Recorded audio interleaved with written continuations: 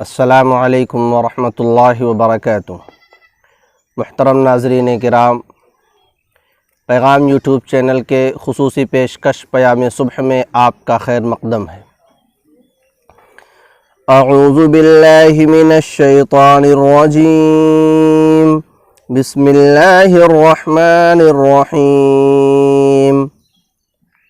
وَإِذْ قَالَ لُقْمَانُ لِابْنِهِ وَهُوَ يَعِظُهُ يَا بُنَيَّ لَا تُشْرِكْ بِاللَّهِ إِنَّ الشِّرْكَ لَظُلْمٌ عَظِيمٌ وَوَصَّيْنَا الْإِنسَانَ بِوَالِدَيْهِ حَمَلَتْهُ أُمُّهُ وَهْنًا عَلَى وَهْنٍ وَفِصَالُهُ فِي عَامَيْنِ أَنِ اشْكُرْ لِي وَلِوَالِدَيْكَ إِلَيَّ الْمَصِيرُ۔ صدق اللہ العظیم۔ اور اس وقت کو یاد کیجئے جب لقمان نے اپنے بیٹے کو نصیحت کرتے ہوئے کہا کہ اے میرے بیٹے، اللہ کے ساتھ کسی کو شریک مت کرنا، بے شک شرک بہت بڑا ظلم ہے، اور ہم نے انسان کو اس کے والدین کے سلسلے میں حسن سلوک کا تاکیدی حکم دیا ہے۔ اس کی ماں نے اس کے حمل کو برداشت کیا، کمزوری پر کمزوری کے باوجود، اور 2 سال میں اس کے دودھ کو چھڑانا ہے۔ یہ کہ تم میرا اور اپنے والدین کا شکریہ ادا کرو، میری ہی طرف تم سب کو لوٹ کر آنا ہے۔ یہ سورہ لقمان آیت نمبر 13 اور 14 آپ کے سامنے تلاوت کی گئی ہے۔ ان آیات میں اللہ تبارک و تعالی نے سیدنا حضرت لقمان رحمہ اللہ کی نصیحتوں کو ذکر فرمایا ہے۔ حضرت لقمان، جن کا لقب حکیم بھی ہے، یعنی حکمت والے لقمان، انہوں نے اپنے بیٹے کو نصیحت کرتے ہوئے سب سے پہلی بات جو ارشاد فرمائی، اس کا تعلق اللہ تعالیٰ کی وحدانیت اور شرک کی نفرت سے ہے، اس کی ممانعت سے ہے۔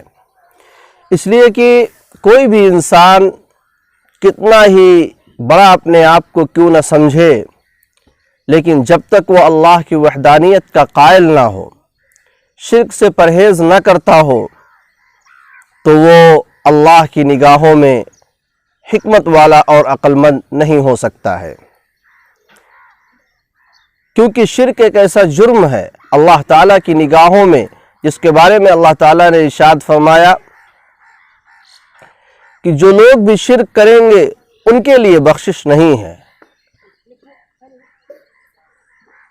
اللہ تبارک و تعالیٰ نے قرآن کریم میں ارشاد فرمایا کہ اللہ تعالیٰ شرک کے علاوہ جتنے بھی گناہ ہیں ان کو بخش سکتا ہے، ان کی بخشش ہو سکتی ہے، لیکن شرک ایک ایسا گناہ ہے جس کی اللہ تبارک و تعالیٰ کے یہاں بخشش نہیں ہے۔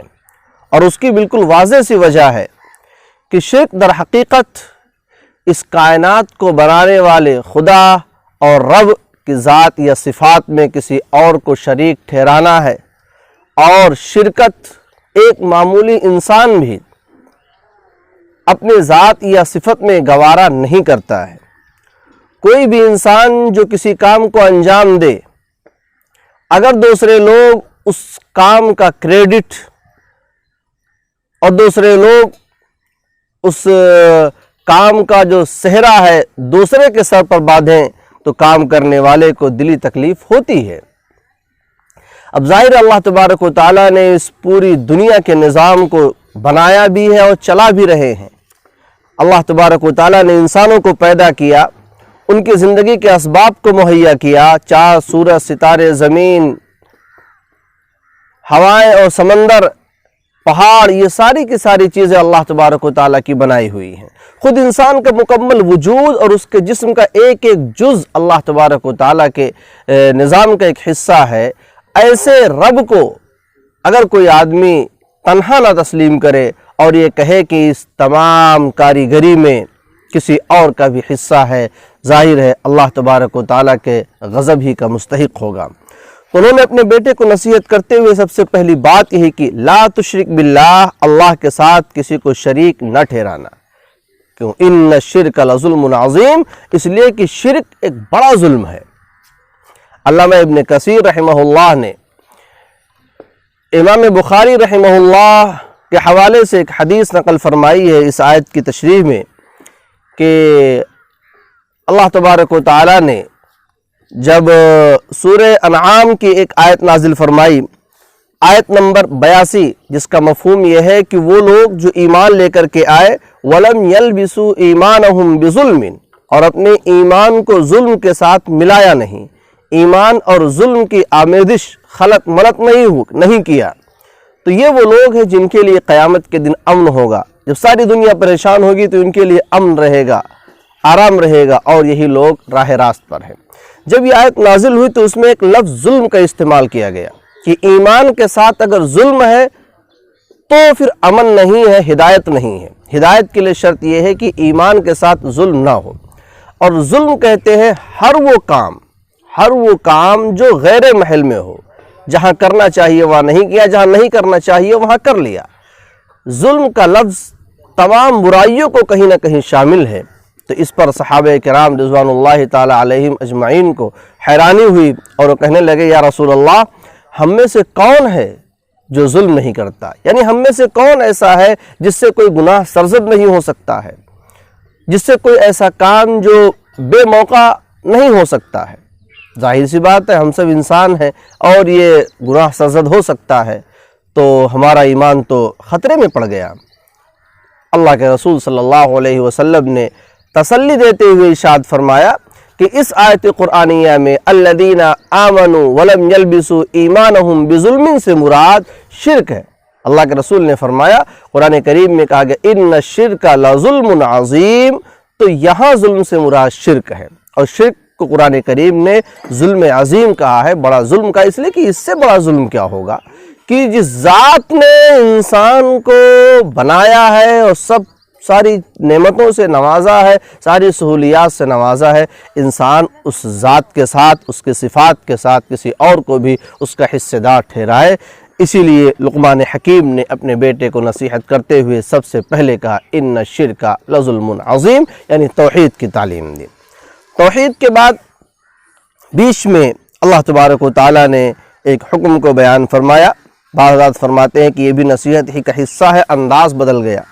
کچھ کہتے ہیں کہ یہ اللہ تبارک و تعالیٰ نے نصیحت کے بیچ میں ایک تاکیدی حکم دیا انسان کو، وہ آدمی جو توحید کو مان لے، اللہ تبارک و تعالیٰ کی وحدانیت کو تسلیم کر لے، اس سے فرمایا کہ میرے بعد، یعنی رب کے بعد، اللہ کے بعد مقام اور مرتبہ والدین کا ہے۔ وَوَصَّيْنَا الْإِنسَانَ بِوَالِدَيْهِ، انسان کو اس کے والدین کے بارے میں بہت تاکیدی حکم دیا گیا۔ چنانچہ سورہ بنی اسرائیل، سورہ اسراء میں اللہ تبارک و تعالیٰ نے فرمایا وَقَضَىٰ رَبُّكَ أَلَّا تَعْبُدُوا إِلَّا إِيَّاهُ وَبِالْوَالِدَيْنِ إِحْسَانًا، آپ کے پروردگار کا فیصلہ یہ ہے کہ فقط اسی کی عبادت ہو اور والدین کے ساتھ حسن سلوک ہو، اچھا سلوک ہو۔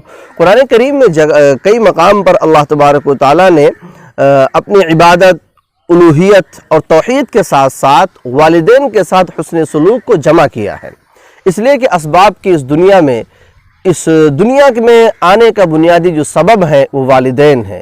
اللہ تبارک و تعالیٰ کے بے شمار احسانات کے بعد والدین کی شکل میں ایک ایسا تحفہ اللہ تبارک و تعالیٰ نے عطا فرمایا ہے جن کے احسانات ہم سب پر بے شمار ہے۔ والدین نے بھی قرآن کریم میں الگ سے اس آیت میں والدہ کا ذکر کیا، ماں کا ذکر کیا، ان کی قربانیوں کا ذکر کیا کہ وہ ضعف پر ضعف، کمزوری پہ کمزوری کو برداشت کرتے ہوئے ایک بچے کے حمل کو برداشت کرتی ہیں۔ 9 مہینے، 10 مہینے، 11 مہینے، جتنے دیر وہ 2 سال تک بچہ پیٹ میں رہ سکتا ہے، اتنے دن تک اس کے حمل کو برداشت کرتی ہے، لے کر چلتی ہے، جو کھاتی ہے وہ اس کے لیے، جو پیتی ہے اس کے لیے، ماں کا خون اس بچے کے لیے غذا کا ذریعہ بنتا ہے، تو یہ عظیم قربانی ہے۔ پھر اس کے بعد پیدا ہونے کے بعد اپنے خون جگر کو دودھ کی شکل میں بچے کے حلق تک پہنچانا، اس کے معدے تک پہنچانا، یہ ماں کی ایک عظیم الشان قربانی ہے۔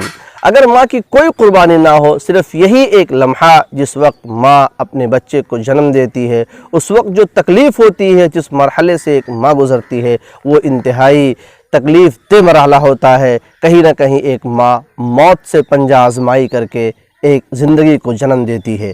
اسی لیے قرآن کریم نے کہا، اللہ تبارک و تعالیٰ نے ارشاد فرمایا کہ میرا شکریہ ادا کرو اور اپنے والدین کا شکریہ ادا کرو۔ اپنے شکریہ کے ساتھ والدین کے شکر کو ذکر کر کے اللہ تبارک و تعالیٰ نے والدین کے مقام اور مرتبے کو انتہائی بلند کر دیا ہے۔ والدین کی کیا قربانیاں ہیں۔ بسا اوقات انسان جب کبھی والدین سے کسی موضوع کے اوپر بحث ہونے لگتی ہے تو یہ بات آ جاتی ہے کہ آپ کی کوئی قربانی نہیں، صرف یہی اتنی قربانی والدہ کی کافی ہے اور ان کو اپنی قربانیاں بیان کرنے کی ضرورت نہیں ہے کہ انہوں نے اس دنیا میں آنے کے سبب، وہ اس دنیا میں آنے کا سبب بنے اور ان کے ذریعے سے انسان اس دنیا میں آیا۔